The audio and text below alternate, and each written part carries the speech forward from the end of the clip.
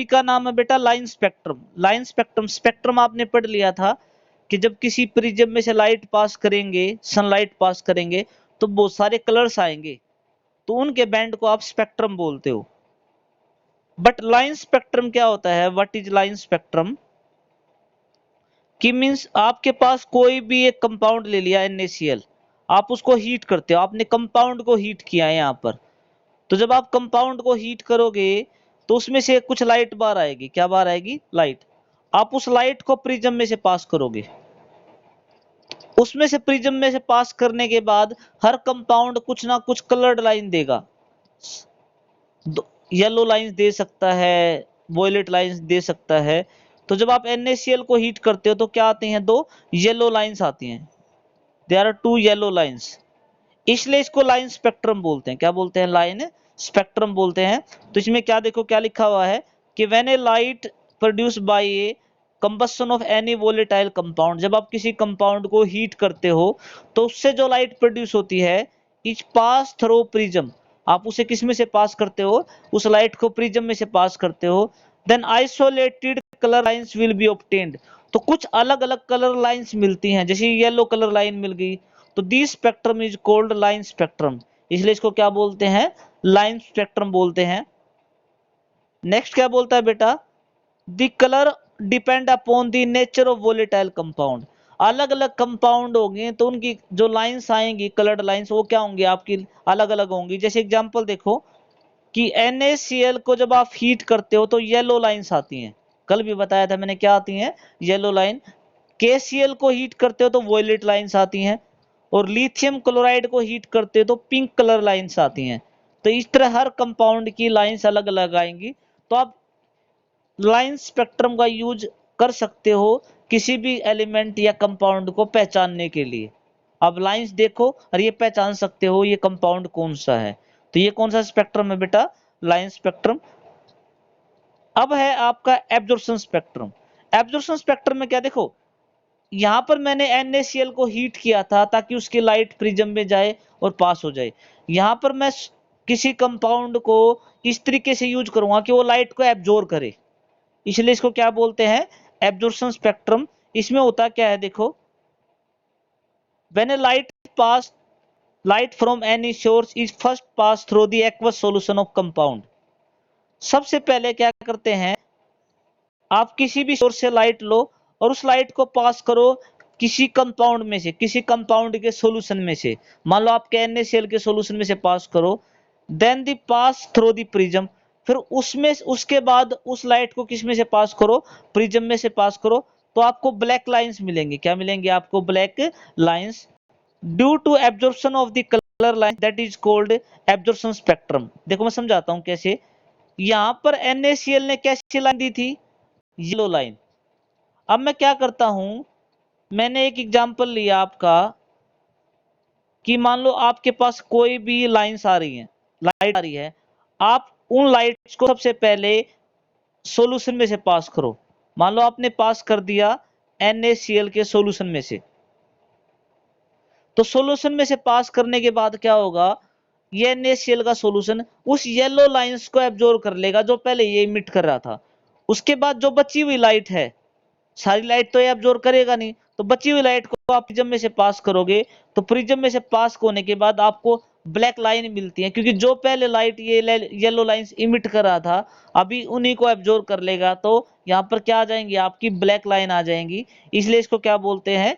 Absorption spectrum बोलते हैं, क्योंकि यहाँ पर NaCl क्या कर रहा है? आपका एब्जॉर्ब कर रहा है। ये देखो कि आपका कोई भी सोर्स है, वहां से व्हाइट लाइट निकलती है। व्हाइट लाइट में तो 7 कलर्स होते हैं सबको, व्हाइट लाइट का मतलब सनलाइट। उसको पास करो किसी भी कंपाउंड में से जिसको आप स्टडी करना चाहते हो। आप NaCl को स्टडी करना चाहते हो तो लाइट को NaCl में से पास करो, आप KCl को स्टडी करना चाहते हो तो आप KCl में से पास करो। तो जब आप इसमें से व्हाइट लाइट पास करोगे तो ये कुछ लाइट को एब्जॉर्ब कर लेगा, एक का या एक लाइंस को, दो लाइंस को एब्जॉर्ब कर लेगा। उसके बाद लाइट इमिट होगी इसमें से, फिर उसे प्रिज्म में से पास करो, उस लाइट को किस में से पास करो? बची हुई लाइट को प्रिज्म में से। तो जो भी लाइट को ये एब्जॉर्ब करेगा उसकी जगह ब्लैक लाइंस आ जाएंगी। समझ में? NaCl जिस लाइट को एब्जॉर्ब करेगा उसके स्पेस पे उसकी जगह कैसे आ जाएंगे, आपकी ब्लैक लाइंस आ जाएंगी। तो इसलिए इसको क्या बोलते हैं, एब्जॉर्प्शन स्पेक्ट्रम, क्योंकि ये चीजें एब्जॉर्ब करता है। तो आगे क्या लिखा हुआ है कि लाइन स्पेक्ट्रम जो है of each element is unit. जो आपने पीछे पढ़ा है एब्जॉर्प्शन से पहले आपने लाइन स्पेक्ट्रम पढ़ा ना, वो हर कंपाउंड का अलग अलग होता है। NaCl की येलो लाइन आई थी, KCl की वोयलेट आई थी, पिंक आई थी लिथियम क्लोराइड की। तो ये बोलता है कि हर एलिमेंट का लाइन स्पेक्ट्रम अलग अलग होता है। तो line spectrum can be use to identify the element, क्योंकि हर एलिमेंट का लाइन स्पेक्ट्रम अलग अलग होता है। तो एलिमेंट की आइडेंटिफिकेशन के लिए आप किसका यूज कर सकते हो, लाइन स्पेक्ट्रम का यूज कर सकते हो। तो उसी तरीके से यूज कर सकते हो जैसे हमारा फिंगरप्रिंट्स यूज होता है। So line spectrum is called as a fingerprints of atom, इसलिए इसको फिंगरप्रिंट्स ऑफ एटम भी बोला जाता है, क्योंकि अलग अलग आता है और इसका यूज आइडेंटिफिकेशन के लिए यूज हो सकता है। अब सबसे इंपॉर्टेंट कंपाउंड है हाइड्रोजन। अब उसका लाइन स्पेक्ट्रम पढ़ना है हमें। हमें किसका लाइन स्पेक्ट्रम पढ़ना है, हाइड्रोजन का। तो क्या किया हमने, when electric charge is passed through the discharge tube containing hydrogen, मतलब एक ट्यूब थी जिसके अंदर हाइड्रोजन थी, मैंने उसमें इलेक्ट्रिक करंट पास किया तो क्या होगा, then the light is produce, तो लाइट प्रोड्यूस होगी, भाई लाइट निकलेगी। Then light is pass through the prism, फिर उस प्रिज्म में से आप उस लाइट को पास करोगे जो हाइड्रोजन की तरफ से आ रही है। तो पास करने के बाद कुछ ना कुछ लाइंस आएंगी, कुछ कलर्ड लाइंस आएंगी। तो then several colour line will be obtain, तो बहुत सारी लाइंस मिलेंगी मुझे। तो उन लाइंस के नाम रखे गए, 5 लाइनें मिली थी मेन, 5 लाइनें जो साइंटिस्ट ने अपने नाम पे रखी। तो सबसे पहले क्या रखी, किसी साइंटिस्ट ने इसका नाम रखा लाइमन, जो पहला। और वो लाइन किस रीजन में आती है, यूवी रीजन में, अल्ट्रावायलेट रीजन में आएगी। अलग अलग रेडिएशन, अलग अलग लाइन अलग अलग रीजन में आती है। तो जो लाइमन है, जो सबसे पहली लाइन है, वो अल्ट्रावायलेट रेज बनाएगी। कौन सी रेज बनाएगी, आपकी अल्ट्रा वायलेट रेज बनाएगी। दूसरी जो सीरीज होगी, वो बाल्मर होती है, जिसमें सिर्फ विजिबल रेज आती है। कौन सी रेज आती है, विजिबल, जो दिखाई देती हैं। तीसरी सीरीज क्या है आपकी, पास्सन है, ब्रैकेट और पी फंड, ये 3 सीरीज और है जो इंफ्रारेज दिखाती है। कौन सी रेज दिखाती है, इंफ्रारेज। तो ये 5 सीरीज आती हैं। ठीक है, एक बच्चे ने पूछा है डिस्चार्ज ट्यूब क्यों लेते हैं। डिस्चार्ज ट्यूब वो गिलास की ट्यूब होती है जिसमें इलेक्ट्रिक करंट पास किया गया हो। डिस्चार्ज ट्यूब का मतलब होता है वो गिलास tube in which electrical current is passed. Okay, तो इसमें कोई डाउट हो तो पूछो। तो बेटा लाइंस मैंने दिखाई हैं। ये सबसे नीचे वाली कौन सी लाइन होती है जिसकी सबसे कम एनर्जी होती है, लाइमन सीरीज। उससे ऊपर कौन सी होती है, बाल्मर, जिसमें एन की वैल्यू 2 होती है, बाल्मर सीरीज। तीसरी कौन सी होती है, पास्सन सीरीज। फोर्थ ब्रैकेट, और 5 फिफ्थ होती है पी फंड सीरीज। ये सीरीज ऊपर की तरफ लिखी है क्योंकि इनकी एनर्जी बढ़ती है। इनकी एनर्जी क्या होती है, बढ़ती है ऊपर की तरफ।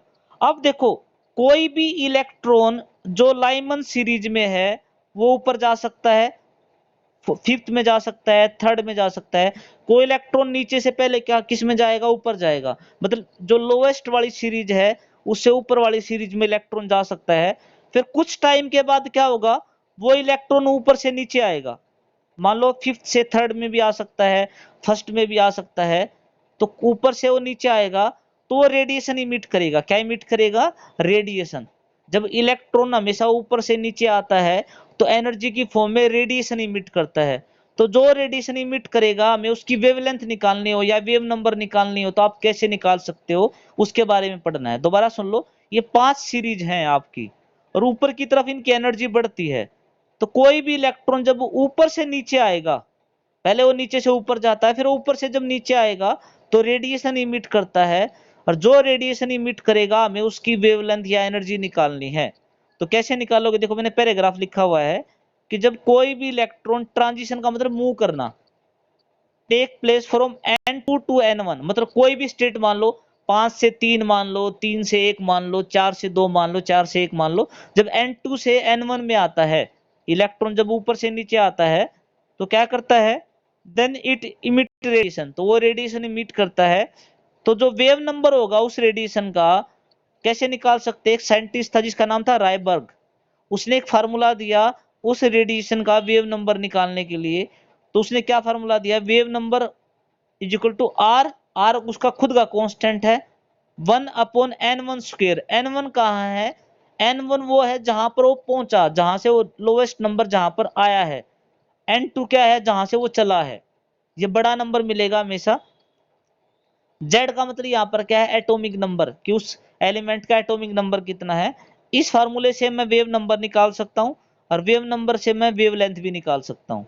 तो मैंने ये बता दिया। b बार क्या है? यहाँ पर वेव नंबर है। r क्या है? कांस्टेंट है, राइबर कांस्टेंट, जिसकी वैल्यू है 109 है बेटा, बाय मिस्टेक लिखा हुआ है ये जो नंबर है यहाँ पर, ये नंबर है 109,109,677। ये आपका कांस्टेंट है, r की वैल्यू है 109,677। नोट्स में मैंने ठीक भेज रखी है, जब आप नोट्स देखोगे तो। z क्या है? आपका एटॉमिक नंबर। अब इसके ऊपर न्यूमेरिकल देखो, तुम्हें और ज्यादा समझ में आएगा। न्यूमेरिकल क्या है? मान लो आपको फ्रीक्वेंसी और वेवलेंथ निकालनी है। एक फोटोन, मतलब इलेक्ट्रॉन फोटोन कुछ भी मान लो, जब वो 5 से 2 में आता है, मतलब 5वीं सीरीज से वो सेकंड सीरीज में आता है एक फोटोन, और आपको क्या करना, वो रेडिएशन जो छोड़ेगा उसकी फ्रीक्वेंसी और उसकी वेवलेंथ निकालनी है। वो कहां से कहां आएगा? फिफ्थ से लेके किस में आएगा? सेकंड में। ये इंपॉर्टेंट है, फिफ्थ से लेके वो सेकंड में आएगा, तो आपको उसकी फ्रीक्वेंसी भी निकालनी है और वेवलेंथ भी निकालनी है। तो पहले वेव नंबर निकाल लो। क्या निकाल लो? पहले वेव नंबर, फिर वेव नंबर से वेवलेंथ भी निकल जाएगी और फ्रीक्वेंसी भी निकल जाएगी। तो वेव नंबर कैसे निकालोगे? वो देखो कि वेव नंबर किसके बराबर होता है? R constant 1/n1 square minus 1/n2 square Z square. अब वेव नंबर निकालना, तो वेव आर की वैल्यू कितनी है? मैंने ऊपर भी बताई है। आर की वैल्यू होती है 109,677, ये आर की वैल्यू है। n1 की वैल्यू क्या होगी? बोलो n1 की वैल्यू। जहां देखो कहां से चला है? फिफ्थ से चला है, तो n2 की वैल्यू फिफ्थ होगी। जहां से चलता है वो पीछे आता है n2, जहां पर पहुंचा है वो n1 पे पहुंचा, तो 2 यहाँ आएगा। तो 2 का स्क्वायर माइनस 5 का स्क्वायर मल्टीप्लाई बाय जेड की वैल्यू कितनी रखी है? 1, क्योंकि उसने बोला हाइड्रोजन के लिए, हाइड्रोजन एटम है तो एटॉमिक नंबर कितना हो जाएगा? 1, तो यहाँ पर 1 का स्क्वायर हो जाएगा। इसमें कोई डाउट हो तो बताओ कैलकुलेशन को। वेव नंबर निकालना था, आर की वैल्यू मैंने पुट क्या की थी? 109,677, 1/2 का स्क्वायर, 1/5 का स्क्वायर, जेड की वैल्यू 1 मान ली थी। मैं दोबारा फिर रिपीट कर रहा हूं, यदि वो फिफ्थ से सेकंड पे आता है, जो कम नंबर होगा वो हमेशा n1 रहेगा, ध्यान रखना, और जो बड़ा नंबर रहेगा वो हमेशा पीछे आएगा, n2 रहेगा, ये ध्यान रखना। हमेशा छोटा नंबर हमेशा n1 बनेगा और बड़ा नंबर हमेशा n2, ताकि वेव नंबर की पॉजिटिव वैल्यू आए। इसका रीजन ये है। तो 2 का स्क्वायर कितना हो जाएगा? 4, तो 1/4। 5 का स्क्वायर 25, तो 1/4 माइनस 1/25 आ जाएगा। पीछे क्या रहेगा? वो है आपका पर सेंटीमीटर। अब 100 क्या आ जाएगा? 100 आ गया नीचे एलसीएम, तो 25 माइनस 4, तो 21/100 मल्टीप्लाई 1.610677। तो इसको मल्टीप्लाई करोगे तो जो आपका वेव नंबर आ जाएगा, वेव नंबर किसके बराबर आ जाएगा? 23032.2 पर सेंटीमीटर। ये आपका वेव नंबर आ जाए। देखो इस फार्मूले से हम सिर्फ वेव नंबर निकाल सकते हैं, बट हमारे पास वेव नंबर आ गया तो मैं लैम्डा भी निकाल सकता हूँ, फ्रीक्वेंसी भी निकाल सकता हूँ, जो उसने पूछी है। तो कैसे निकालोगा? देखो लैम्डा निकालना है मुझे, तो क्या होगा? 1 वेव नंबर हो जाएगा। वेव नंबर बताया तो 1 से डिवाइड कर दो तो क्या आ जाएगा आपका? लैम्डा। तो 1 डिवाइड बाय 23032.2, अब डिवाइड करोगे तो आपका जो वेवलेंथ आ जाएगी वो आ जाएगी 434 मल्टीप्लाई बाय 10⁻⁻7 पर सेंटीमीटर। ये क्या आ जाएगा आपका? वेवलेंथ। ये क्या आ गया बेटा आपको? ये आपकी आ गई वेवलेंथ आ गई। कर लोगे वेवलेंथ? तो वेवलेंथ आपकी आ गई ये। तो वेव नंबर क्या आ गया आपका? लैम्डा किसके बराबर आ गया? देखो आपका 434 गुणा 10⁻⁻7 पर सेंटीमीटर। यदि आप मीटर में लोगे तो क्या हो जाएगा? -7 की जगह क्या आ जाएगा? -9 है, क्योंकि -2 की पावर बढ़ जाती है यदि आप सेंटीमीटर से क्या प्लस की हो तो घट जाएगी, माइनस की हो तो बढ़ जाएगी। जब आप सेंटीमीटर को किस में कन्वर्ट करोगे, मीटर में, तो फ्रीक्वेंसी किसके बराबर आ जाएगी, फ्रीक्वेंसी आ गई सी बाई लैम्डा। सी की वैल्यू कितनी है, मैंने बताया सी क्या है, वेलोसिटी ऑफ लाइट।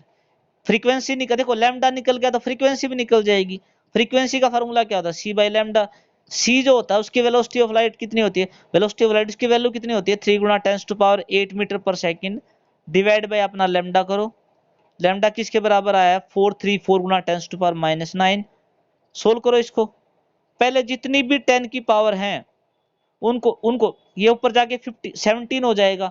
जब -9 ऊपर जाएगा तो 8 और 9 कितना हो जाएगा, 17। तो 3/434 मल्टीप्लाई बाय 10 कितना हो जाएगा, 17। अब इसको क्या करो, 17 में से कुछ जीरो आगे ले लो। मैंने 3 जीरो आगे ले ली ताकि 434 से डिवाइड हो जाए। तो 3 0 डिवाइड बाय कितना हो जाएगा, 434 गुना 10⁻14। तो आपके लिए जो फ्रीक्वेंसी की वैल्यू आ जाएगी वो आ जाएगी 6.91 गुना 10⁻14 क्या आ जाएगी, आपकी वैल्यू आ जाएगी। इसमें देखो कोई डाउट है तो